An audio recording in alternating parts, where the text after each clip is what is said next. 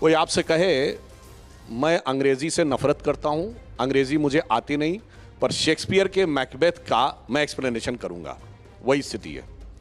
धर्म मेरे लिए तिरस्कार का विषय है। मैंने धर्म पढ़ा नहीं है, मैंने धार्मिक ग्रंथों में मेरी आस्था नहीं है, मुझे उसकी भाषा नहीं आती है, परंतु मैं उसका इंटरप्रिटेशन करूंगा। तो पहले डिस्क्लेमर ये हो जाता है कि वो व्यक्ति उस विषय पर बोलने की योग्यता या क्षमता भी रखता है या नहीं। बहुत स्पष्ट कह रहा हूं। अगर आपने मैथमेटिक्स बीएससी तक नहीं पढ़ी है तो बैलिस्टिक इक्वेशन के इंटरप्रिटेशन में आपसे गलती होगी ये तय मान लीजिए। 3-4 अगर आप चौथी क्लास में लिखते हैं, टीचर डांट देती है, पर -1 का square root i ballistic equation का मुख्य आधार है।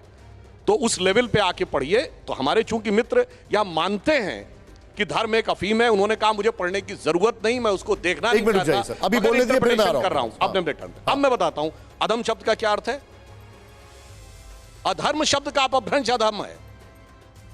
जो धर्म को नहीं माने, जो धर्म के नहीं माने का अर्थ क्या होता है और धर्म क्या है वो भी बताता हूं।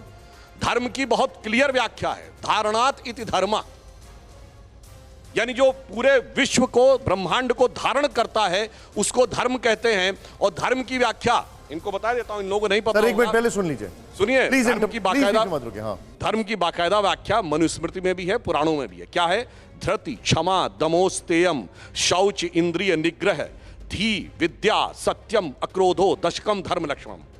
यानी इसमें वो एक्सप्लेन नहीं करूंगा। धैर्य हो, शांति हो, विद्या हो। अगर वो नहीं है और फिर अगर वो विद्या पाएगा, यानी नॉलेज पाने की कोशिश करेगा इन सारे गुणों से हीन होकर, जिसमें ना डिवोशन है, ना लार्जर पर्सपेक्टिव है, सेल्फ इंटरेस्ट है, अधर्म, तो उस कारण से ये होगा। जैसे इंटेलिजेंट तो खालिद शेख और मोहम्मद अट्टा भी थे, चार्टर्ड अकाउंटेंट तो याकूब मेनन भी था, बुरहान वानी सॉफ्टवेयर का जानकार था, तो उनके पास विद्या नहीं है क्या? इसलिए कह रहे हैं यदि धर्म से विमुख होकर कोई पाएगा तो वो उसी प्रकार विश्व। और ये ऐसा नहीं, ये नीति शतक में भी लिखा है, मतलब कोई अन्यथा न ले, मैं किसी पर टिप्पणी नहीं कर रहा हूं। उपदेशो ही मूर्खाणाम प्रकोपाय न शांतये पया पान भुजंगा नाम केवलम विश्वर्धनम। यानी जो लोग मूर्ख हैं, जिन्हें धर्म की दृष्टि नहीं है, उनको उपदेश देने से उनका क्रोध नहीं शांत होता।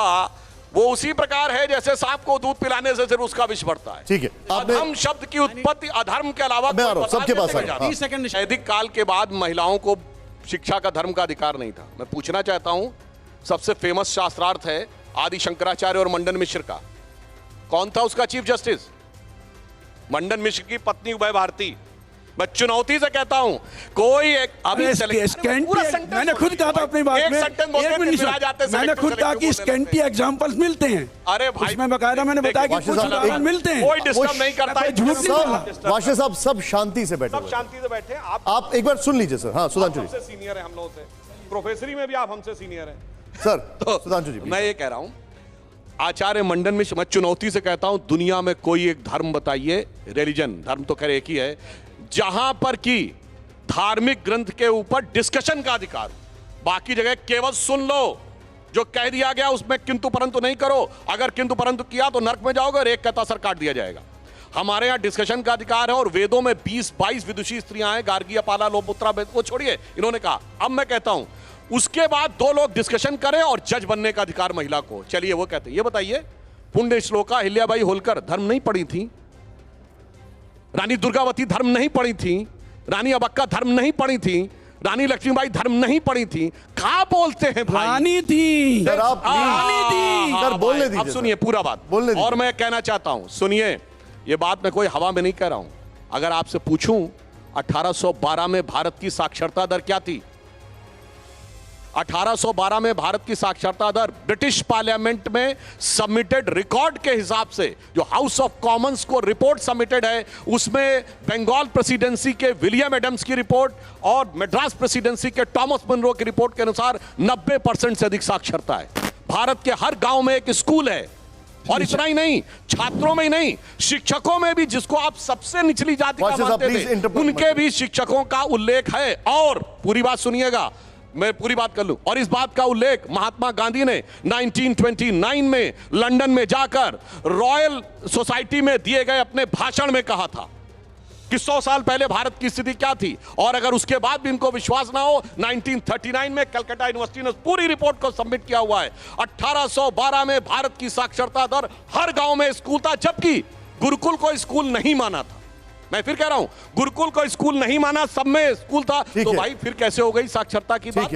ठीक है भाई ये बताइए ना। वाशी साहब एक मिनट, अब एक सेंटेंस